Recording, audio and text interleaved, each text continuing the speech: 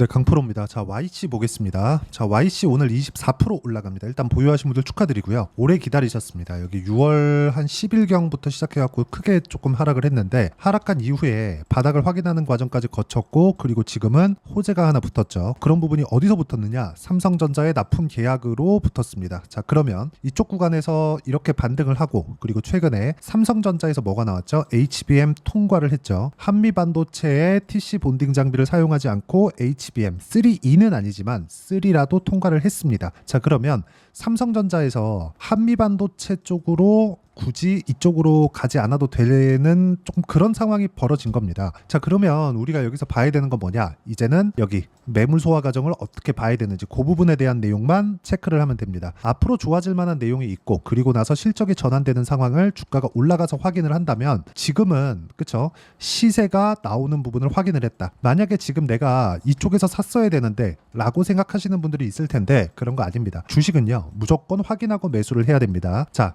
여러 가지 좋은 내용들, 이렇게 해야 된다, 저렇게 해야 된다, 앞으로 뭐가 나옵니다, 저는 이런 이야기 안 드립니다. 이것보다 더 중요한 내용은 딱 한 가지예요. 딱 한 가지. 주식시장은 앞으로 좋아질 만한 내용에 의해서 주가가 올라간다는 점, 이 부분이 중요하고요. 그리고 앞으로 좋아질 만한 내용에 대한 첫 번째 단계, 실제 계약건까지 이루어졌는데 실적이 지금 좋아졌나요?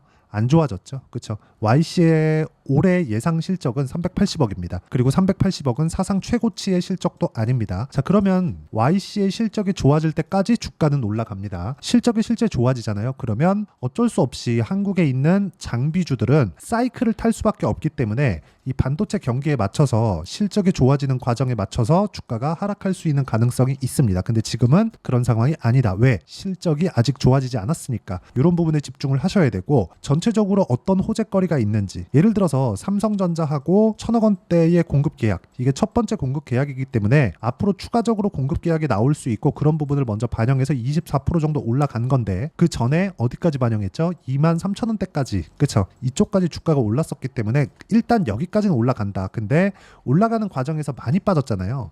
여기서 매물 소화 과정을 어떻게 받아야 되는지 그 부분에 대한 이해가 필요합니다. 그리고 그 내용에 대한 부분을 저는 가격 전략이라고 이야기를 합니다.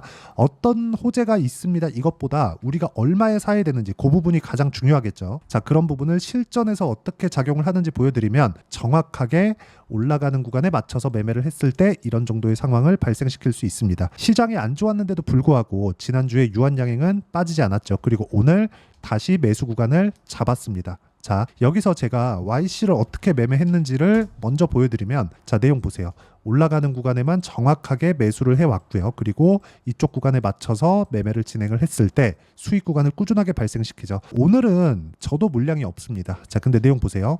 8% 수익, 17% 수익, 밑에 내려보면 20% 수익, 이런 정도의 상황을 꾸준하게 발생시키고 있죠. 그쵸? 이게 모두 다 올라가는 구간에 타점을 잡았을 때 이런 상황이 벌어지는 것이기 때문에 YC도 지금 고가 돌파하는 과정에서 매물 소화 과정을 거칠 겁니다. 이쪽 구간에서 어떻게 타점을 잡아야 되는지가 중요한 거예요. 한 가지 분명한 건 삼성전자의 계약이 확정됐다는 점, 그런 부분을 공시화시켰다는 점. 그렇죠?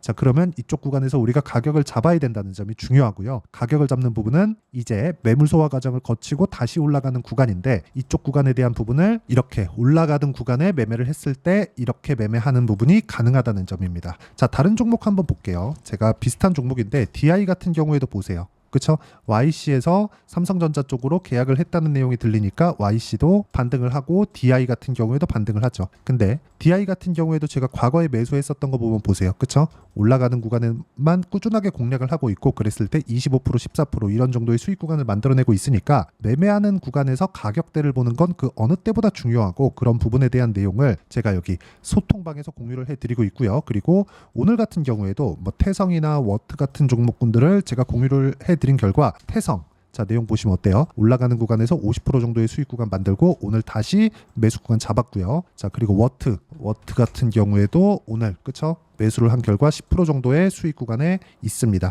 자, 이 내용에 대한 부분을 제가 여기 소통방에서 공유를 해드리고요. 그리고 주말에 진행하는 라이브에서 어떤 식으로 매매를 진행하는지 함께 이야기를 드리고 있으니까 구독과 좋아요 눌러주시고요. 상단에 있는 전화번호로 구독 또는 라이브라고 문자 보내주시면 여기 소통방 입장 링크와 그리고 주말에 진행하는 라이브 입장 링크를 함께 공유를 해드리도록 할 테니까 상단에 있는 전화번호로 구독이나 라이브라고 문자 보내주시면 되고요. 자, 내용 정리하면 그렇습니다. YC 이제 반등 확인했다. 자, 그런 과정에서 다중바닥까지 다 봤기 때문에 우리가 매물 소화 과정에서 매수할 수 있는 타점을 잡는 게 중요하고, 그런 가격에 대한 부분을 어떤 식으로 이해하고 어떻게 판단할지를 제가 상세하게 이해를 시켜드리도록 할 테니까 영상 끝까지 시청하시고요. 모든 분들이 성공 투자하셨으면 참 좋겠습니다. 자, 24년도가 돼도 여전히 시장은 녹록지 못합니다. 이런 상황이 벌어지는 건 어쩔 수 없습니다. 이런 상황에서도 수익이 나는 종목들의 구조는 변하지 않습니다. 즉, 대시세 종목에 대한 구조는 변하지 않는다는 거고, 실제 제가 소통방에서 지속적으로 이야기를 드리고 있는 내용도 대시세 종목이나 시장 주도주를 공략하는 건 철저하게 가격 분석을 하라고 이야기를 드리고, 가격 분석 이후에는 이슈에 대한 파악, 그리고 이슈를 파악하고 나서는 다시 내가 얼마에 매수할지 그 타점에 대한 부분을 지속적으로 언급을 하고 있습니다. 자, 근데 생각해 보세요. 시장이 굉장히 어려웠습니다. 어려운 상황에서의 어떤 종목들이 강했냐 보면 반도체와 그리고 바이오입니다. 자, 실제 여기 보면요. HLB에 제가 실제 매매한 내용을 띄워놓고 보여드리고 있는데, 1월 22일부터 매매를 시작해서 4일 동안 31%의 수익 마감이 됐고요. 그리고 여전히 신고가 종목입니다. 자, 그리고 그 다음 어보브 반도체, 이름을 보시다시피 반도체 종목이죠. 그리고 AI 반도체는 지속적으로 강세를 보이고 있습니다. 이 종목도 신고가를 먼저 달성한 이후에 제가 21%의 단기간에 21%의 큰 수익을 내고 마감이 됐습니다. 다시 재공략을 준비하고 있고, 이런 부분은 소통방에서 다 공유를 해드립니다. 자, 그리고 코세스. 자, 코세스 같은 종목도 당연히 그쵸, 신고가 종목이고요. 그리고 반도체 종목입니다. 이 종목도 영업일 기준에서 이틀 동안 대략 한 15%의 수익 마감이 됐습니다.